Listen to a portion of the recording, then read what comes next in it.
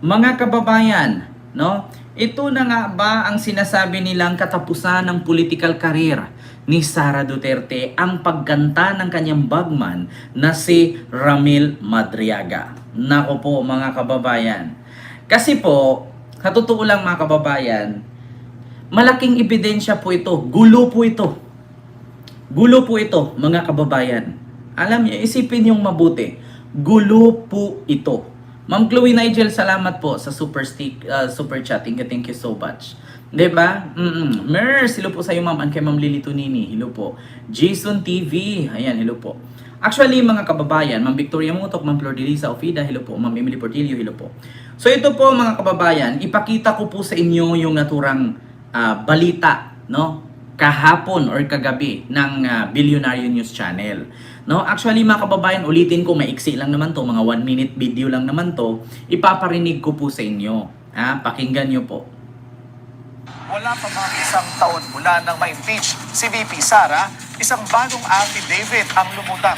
Kaugnay ng umano'y katiwaliang pinasasangkutan ng pangalawang Pangulo, kabilang ang umano'y maanumalyang paggamit sa kanyang confidential funds.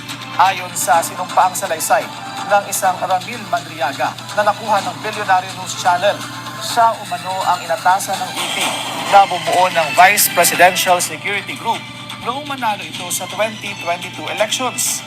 Ayon kay Madriaga, December 2022, nang personal siyang abutan umano ng ilang duffel bags ni Colonel Raymond Lachica, ang miyembro ng VPSG, na una nang nadawit sa investigasyon ng korupsyon sa OVP at DepEd. Ang mga duffel bag na ito naglalaman daw ng 33 to 35 million pesos each.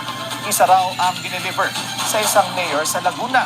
Isa rin ang dinala sa isang comedy bar sa Quezon City na pagmamay-ari umano ng isang San Sebastian College of Law alumnus.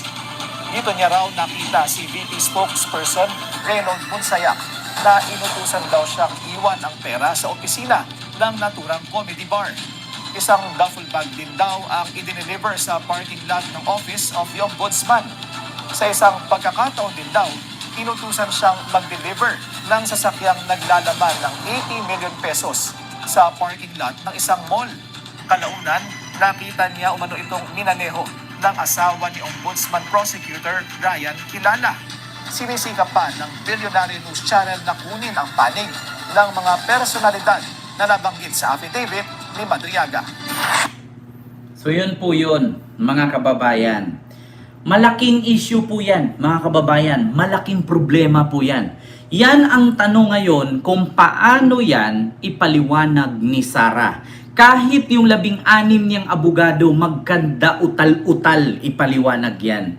Bakit mga kababayan?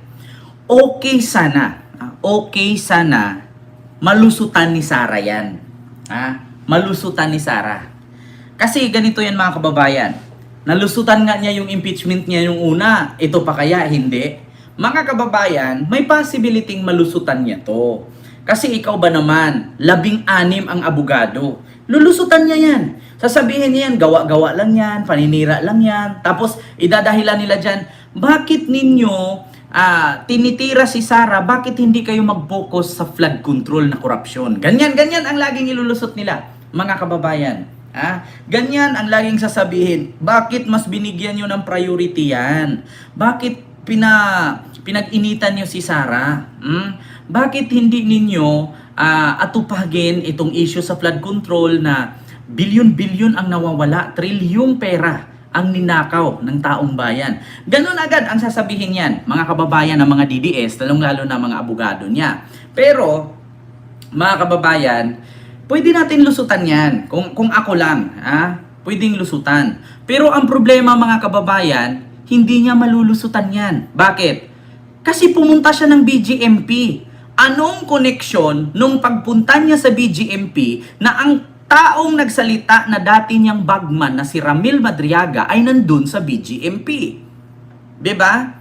So sa madaling salita mga kababayan, ang pinunta ni Sara doon ay hindi po para makipag-ariglo. Ang pinunta niya doon ay binantaan niya itong taong ito. Or else, pumunta siya doon, nagmakaawa. Diba? Sana kuya. Kasi Ayon sa balita at ayon sa chismis, ito chismis lang ha, huwag niyong paniwalaan. Kuya-kuya daw yan ni Buday. Kuya daw ni Buday yan na kung saan dating pinagkatiwalaan daw yan ni Digong maliban kay Las Cañas, kay Matubato at isa na yan si Madriaga.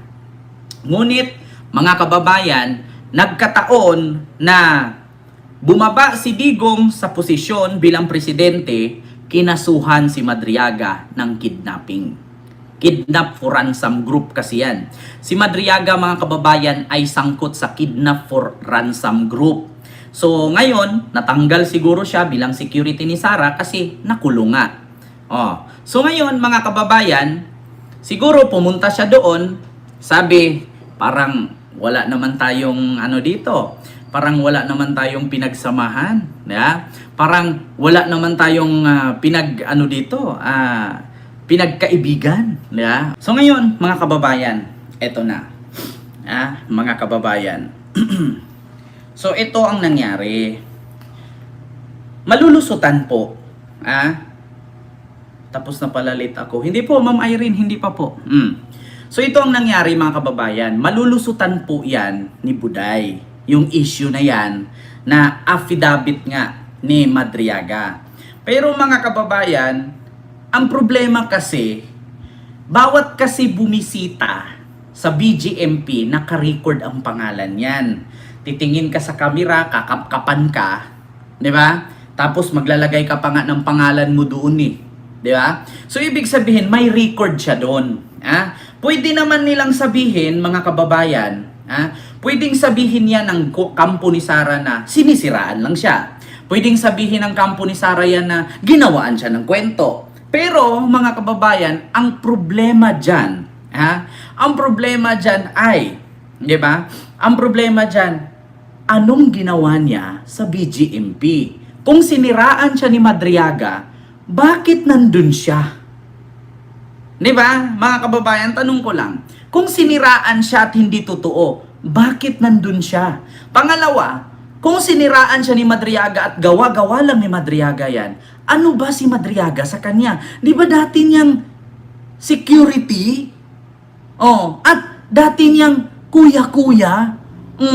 Kasi mga kababayan, hindi naman pwedeng sabihin yan ng taong bayan na sinisiraan lang siya. Kasi mga kababayan, kitang-kita po at alam na alam po natin na si Madriaga ay pinagkatiwalaan ni Sara at ni Digong yan. Kasi bakit?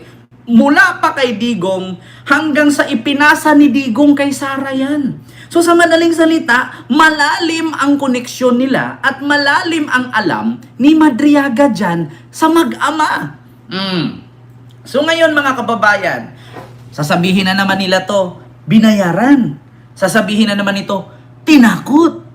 Kaya bumaliktad. Nako mga kababayan, hindi nyo po pwedeng idahilan na sabihin binayaran si Madriaga. Hindi nyo po pwedeng idahilan na tinakot si Madriaga para idiin si Sara. Bakit? Gawain ni Digong yan. Gawain ni Digong yan mga kababayan. Ginawa ni Digong kay Laila de Lima yan. Mga kababayan, hindi gawain ng administrasyong Marcos yan. Diba? Bakit wala pang sagot si Inday Lustay? Yun din ang isa sa mga tanong mga kababayan. Bakit hindi siya sumagot? Kasi naghahanap pa. Naghahanap pa ng lusot. Anong ilulusot niya dyan? Yun ang tanong ngayon Anong ilulusot niya dyan? Sige nga. Kent, may dahilan ba bakit bumaliktad si Madriaga? Sasabihin kasi nila yan, Ma'am Rosalina, ito tinakot to, binantaan yung mga anak dito. Kasi di ba, ganyan ang ginawa nila kay Orly Gutesa. Tinakot daw, kaya nagkaroon ng affidavit, di ba? Ganyan, gagawin nila yan katulad kay Orly Gutesa. Di ba? Alam mo talaga, Kent, ang gawain nila the best ka, di ba? Sasabihin na naman nila yan. Naalala ninyo, sabi ni Mike Defensor, wala na, ako, naintindihan namin si Orly Gutesa. Alam namin na nagipit lang siya, naipit lang siya. Kaya siya'y bumaliktad. Naintindihan ka namin. Gaganon, di ba? May affidavit na si Orly Gutesa. Merong video na sinabi na inutusan daw namin at tinakot daw namin at binayaran daw namin ni Marcoleta. Ganon si Mike Defensor?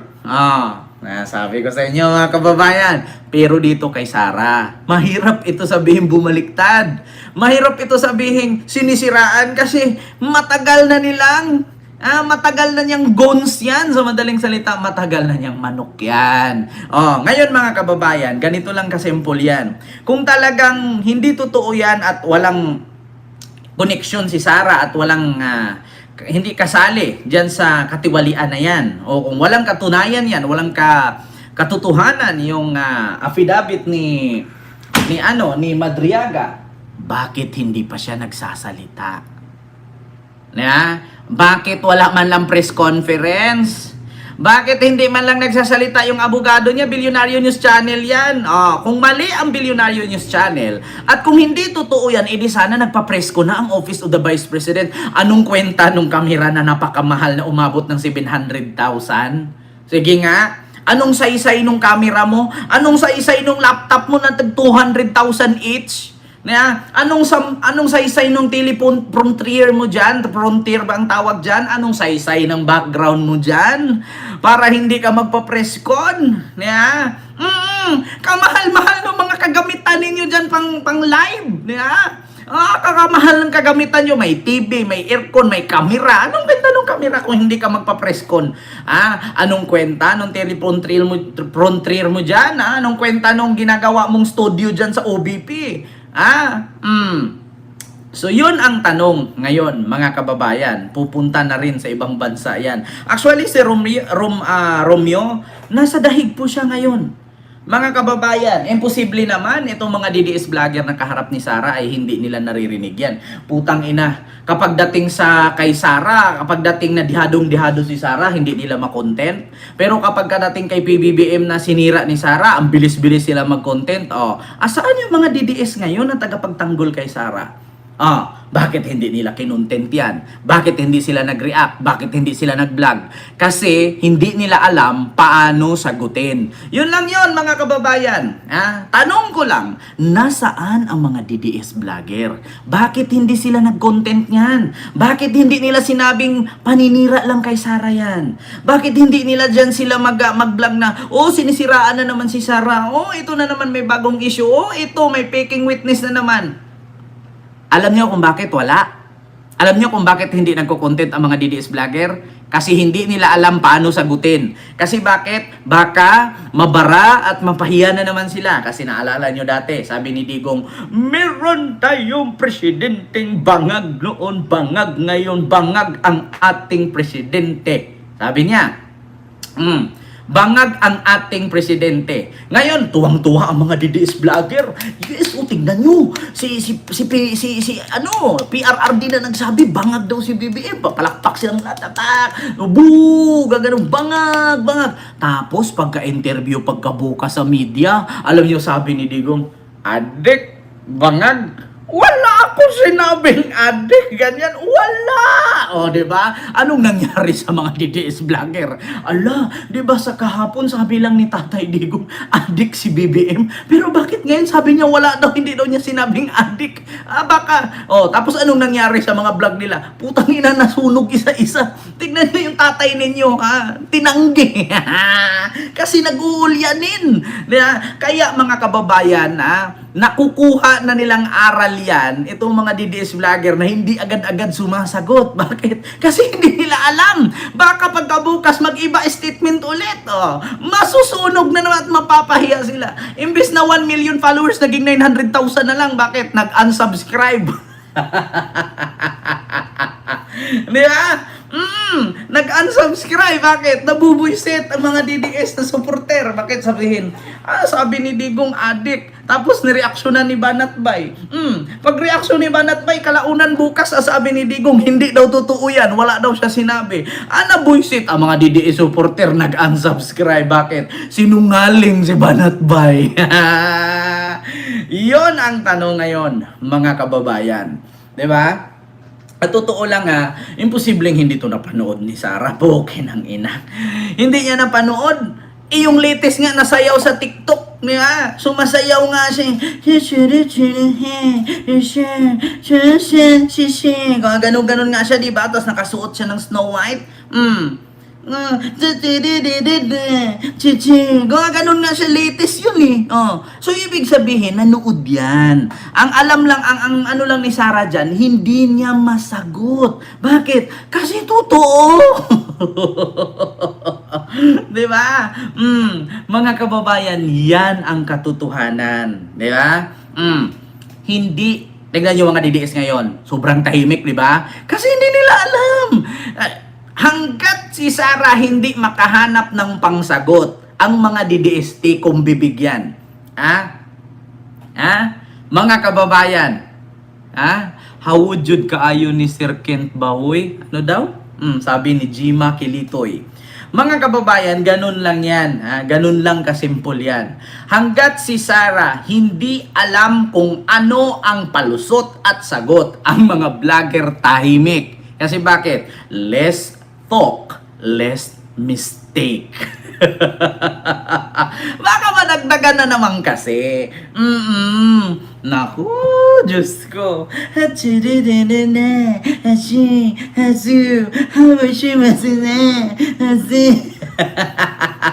Paano sasagot kung walang masagot? Na yun lang, Sir Kenry. Kaya tingnan nyo, anong nangyari? Si Harry Roque, nag-live ngayon. Napanood ko, kanina ata yun, ngayon lang. May live si Harry Roque, tawa ako ng tawa kung anong sagot. Saan na ba yun?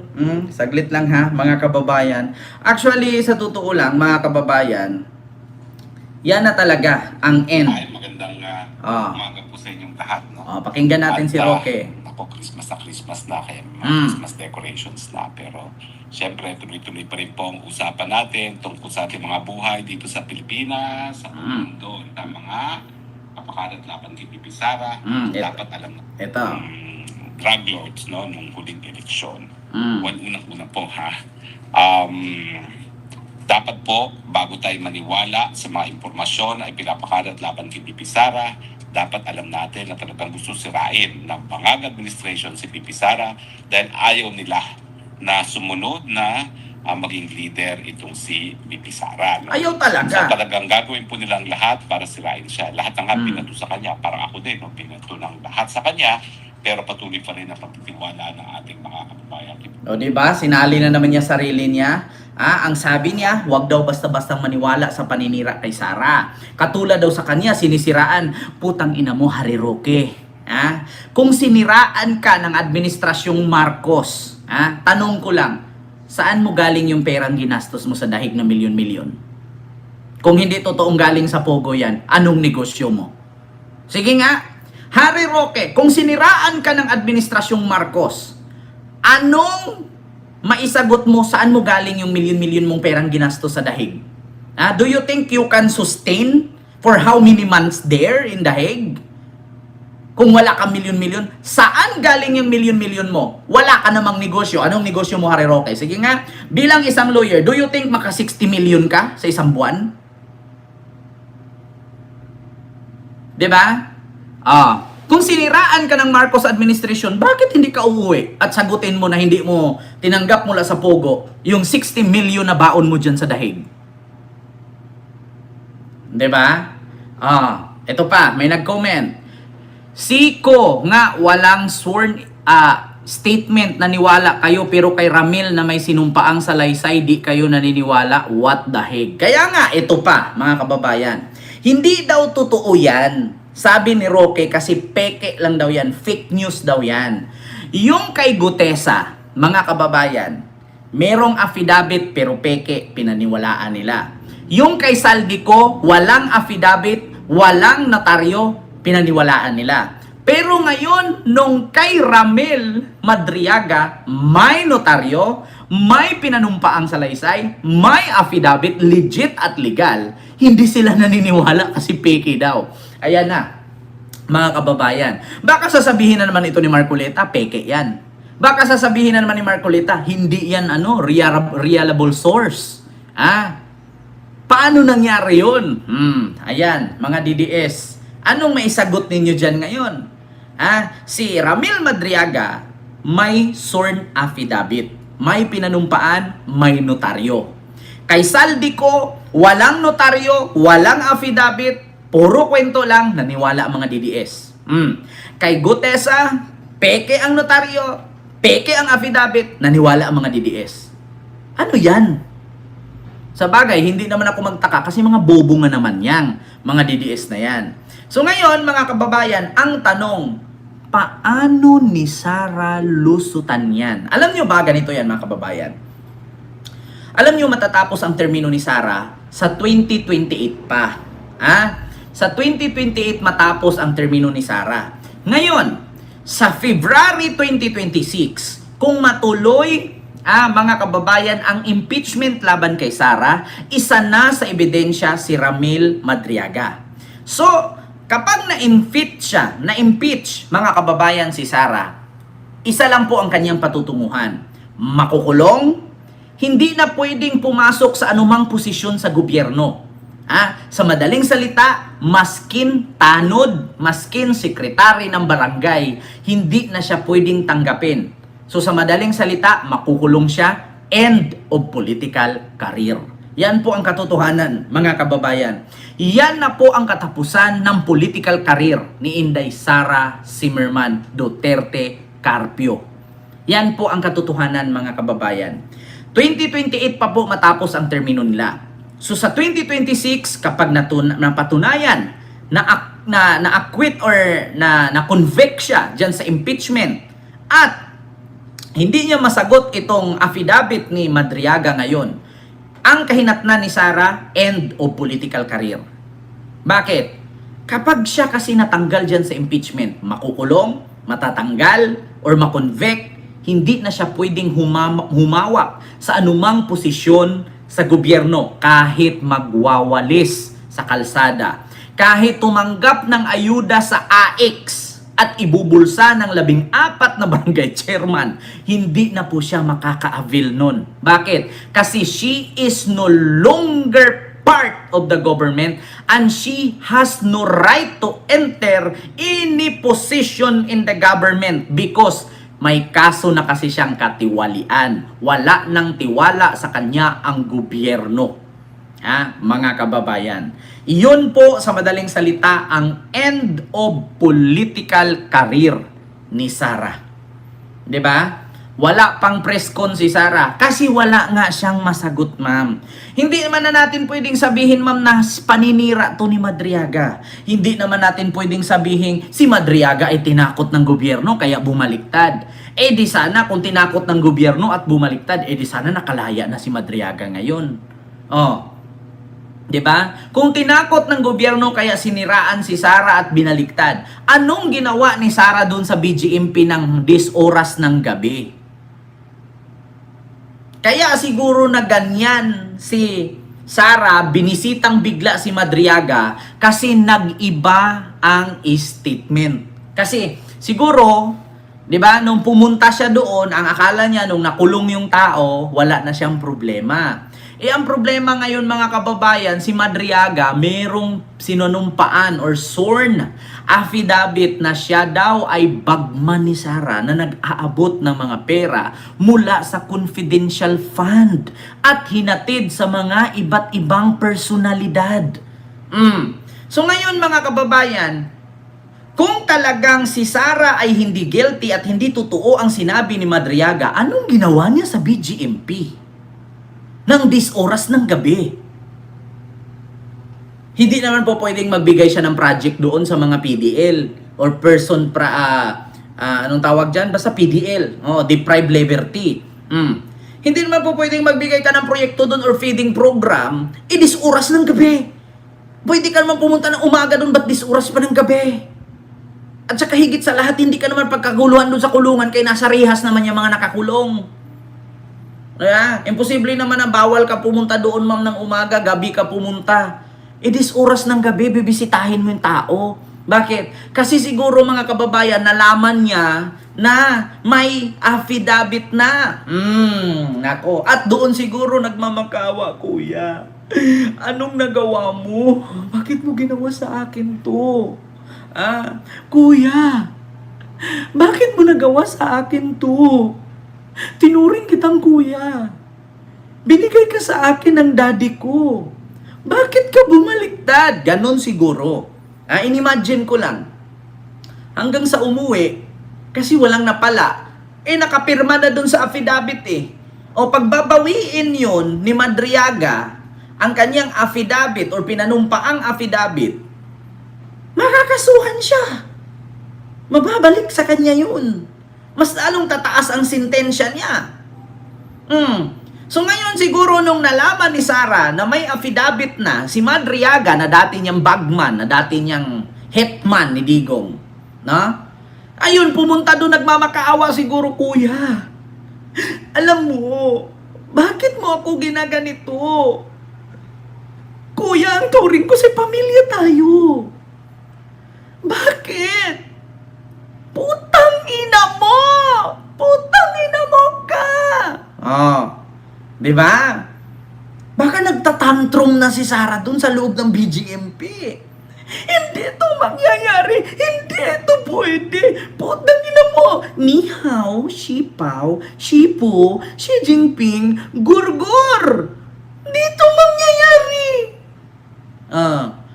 Nagmamakaawa si Sara sa loob ng BGMP. At sinabi niya, walang himala. Ang himala ay nasa affidavit ni Madriaga.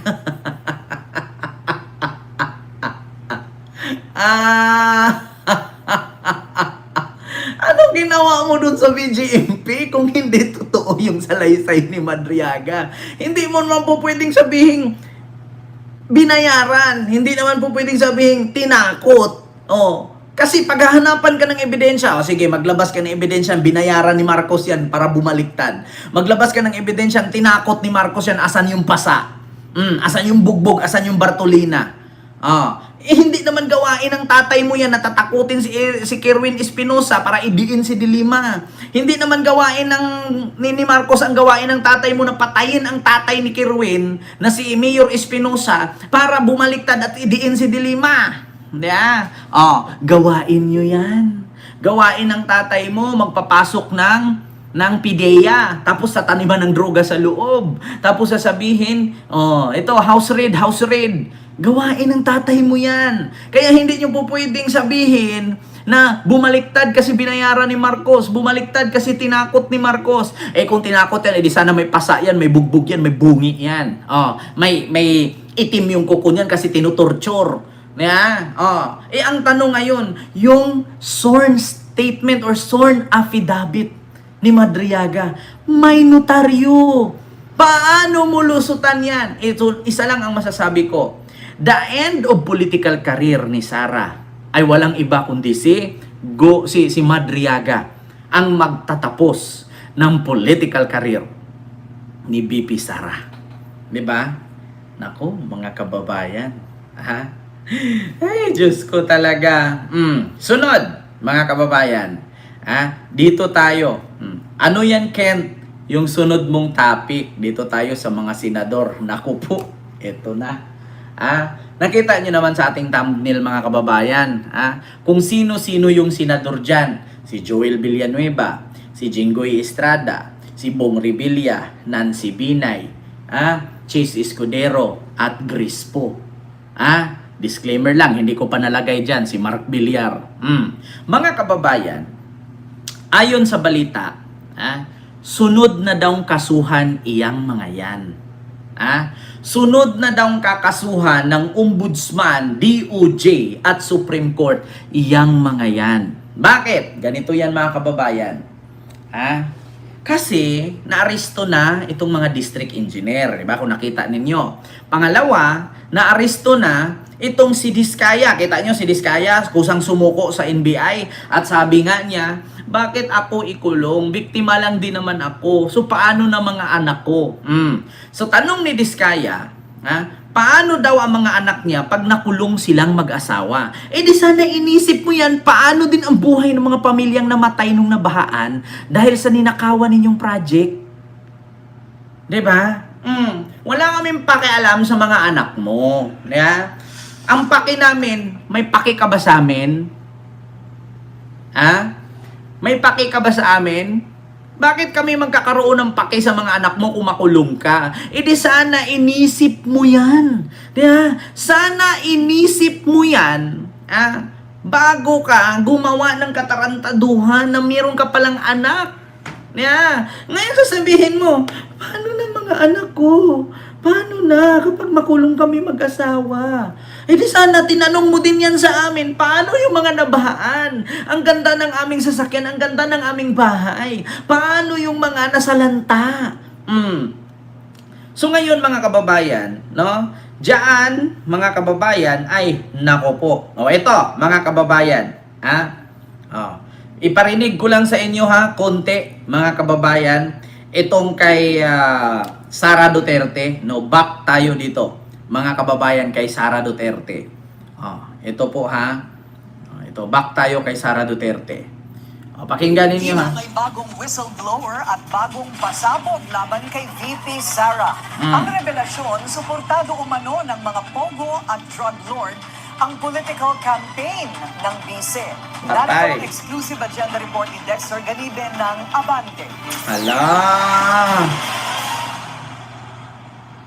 Submitted na sa Taguig Regional Trial Court Hala! ang notarized na 5 pages sworn affidavit ni Ramil Lagunoy Madriaga na nagpakilalang dating intel officer ng dating Pangulong Rodrigo Duterte at ni nooy Davao City Mayor Sara Duterte. Hala! Sa affidavit, idinitalye kung kani-kanino napunta ang confidential fund ni VP Sara noong 2022. Hala! Na isa sa naging ground ng isinampang impeachment case noong nakaraang taon. Meron siyang kwento dito sa affidavit niya na yung pera inabot sa kanya doon sa area na sa Ultra Pasig sometime December 2022. Minsan nagatindi siya sa parking ng ombudsman. Tapos somewhere sa Laguna sa isang mayor. Pero hindi niya na-meet yung mayor, of course, no? Tapos sinatid niya rin sa isang comedy bar na kung saan pagmamayari or madalas nakatambay yung mga classmates sa College of Law ni VP Sara. So siya yung delivery person, bagman na matatawag natin. Nakasaad sa notaryadong sinumpaang salaysay, 4 na duffel bag na bawat isa ay naglalaman ng 33 hanggang 35 million pesos. Bukod pa iyan sa anya'y 1 bilyong pisong i-deliver niya noong Pebrero 2020 sa Katarungan Village, Muntinlupa City na mismo. Kita nyo? May 1 billion siyang dineliver sa Katarungan Village sa Muntinlupa. So, ibig sabihin, yung 1 billion na naiwan sa Malacanang na may 10 duffel bag, konektado. Sabi ko nga sa inyo mga kababayan, wala sa kanila ang nagbulsa sa sako-sakong pera, ninakaw sa krisis ng pandemya.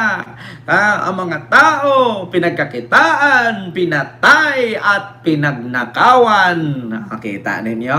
1 billion. Ito around the first quarter of February 2020. I was instructed by Sergeant Canlas, a PSG officer whom I came to know in Davao, to pick up a Super Grandia at Jollibee Kamuning, Quezon City and deliver it to a card along Daang Hari, Muntinlupa for a meeting point. I was told to proceed to Katarungan Village nearby. When I handed the key to two men who were inside the black Honda Civic, this delivery was later verified through call from President Duterte himself, who confirmed that the vehicle was received by 2 men whose name I can no longer recall. Ang dating Pangulong Duterte ang tumawag sa kanya para kumpirmahing natanggap na ito ng taong dapat makatanggap ng pera. Una raw siyang pinakilala sa mga Duterte noong 2016 campaign period at nang manalo ay itinalaga siya bilang counterintelligence agent sa National Security Council at tumutok sa Oplan Double Barrel. Patay. 2018 nang pinakilala siya kay nooy Davao City Mayor Sara Duterte para magbigay ng mga intel report sa kandidatura nito sa pagkapangulo. Inatasan din daw siya ng Vice Presidente para itatag ang Inday Sara Duterte is my president o isip Pilipinas. Gamit umano ang pondo mula sa pogo at drug dealers. Katunayan na niya, ang mister mismo ng alkalde ang nag-utos sa kanya para ilabas mula sa kustodiya ng Bureau of Customs ang kontrobersyal na magnetic lifters noong 2018. Kahit ito ay naideklara ng hot items at kalaunan ay natagpuang wala ng laman sa Cavite. Ang Patay. kwento niya sa akin is that alam niya na droga ang laman noon dahil isang Chinese ang tumawag sa kanya Hala! na isa sa kasamahan ni Michael Yang. Hala! Na sinabi, kontakin mo si ganito, Hala! tulungang ilabas yan. So, Game definitely, over na! Salita yung Chinese ngayon, alam niya, drugs ang pinararating talaga. Kung hindi drugs pa rin. Kaya alam talaga niya na drugs yun. Ayon sa abogado ni Madriaga, nais niyang mailabas ang kanyang personal na nalalaman dahil sa pangamba sa kanyang buhay. Matapos umano ang ilang pagbisita sa kanya ng taong konektado sa Vice President. Nauna na rin naiulat ng kolumnistang si Ramon Tulfo ang pagbisita ni VP Sara kay Madriaga sa 10 oras ng gabi sa Camp Bagong Diwa sa Hala! Liputan, kung saan nakakulong si Madriaga dahil sa kasong kidnapping. Patay! Kanya ay alam na ang dahilan ng pagdalaw ng VP. Nakikiusap daw siya na wag nang kumibo si Madriaga tungkol sa pakikipagsabuatan ng mga Duterte sa mga pogo at drug lords. Ayon din kay Tulfo, tinulungan daw ni former Duterte spokesperson Harry Roque ang mga big-time pogo operator Patay! na magsampa ng kaso kay Madriaga. Aminado naman si Atty. Palad na may isang pagkakataon na kasama niya si mamamayang Liberal Party List Representative Laila de Lima na bumisita kay Madriaga sa loob ng piitan. Nito lang December 8 ay sinabi ni de Lima na hindi pa sarado ang issues of accountability ng Vice President, kaugnay ng napaulat na muling pagsasampa ng impeachment complaint kapag napaso na ang 1-year bar rule sa Pebrero. Ayan. Kaya pala mga kababayan, si Madriaga kinanta si Sara. O, alam nyo na kung bakit kinanta si Sara ni Madriaga. Kasi ang mga Pogo Boss, kinasuhan si Madriaga sa utos ni Harry Roque. Ayan. Dahil sa utos ni Harry Roque, nasampahan ng kaso si Madriaga, nakulong. Nung nakulong si Madriaga, ayun, kinanta ang sikreto ni Sara. Ayan na, baka parang magpalit yata si Madriaga at si Sara nito. Dahil pala kay Roque ito, kaya pala si Roque ngayon todo tanggol na naman sa live. Automatic nag-live agad. Ayan, dahil kay Roque, inutusan ang mga Pogo Boss na kasuhan si Madriaga. So ngayon, ikinanta ni Madriaga. O sige pues, kinasuhan niyo ko. Pues, nakulong ako. Pues, ikakanta ko ang leader niyo. Ayun, boom, panis. Boom, boom, panis, panis. Boom, panis. Rumi is back. Tignan mo, Roque. Puro ka talaga kapahamakan ang dinala mo, Roque, sa mga Duterte. Kaya ang mga Duterte nakulong dahil sa'yo. Ayan na, Harry Roque. Yari ka kay Sara. Naku, nandyan pa naman sa dahig. So yun, mga kababayan. Dahil pala kay Harry Roque, inutusan ang mga Pogo Boss na kasuhan si Madriaga para makulong. Ngayon, nabuisit si Madriaga, si Sara diniin. Panis. Boom, boom, panis, panis. Ayan na, mga kababayan. Diyos ko po. Naku po. Hala.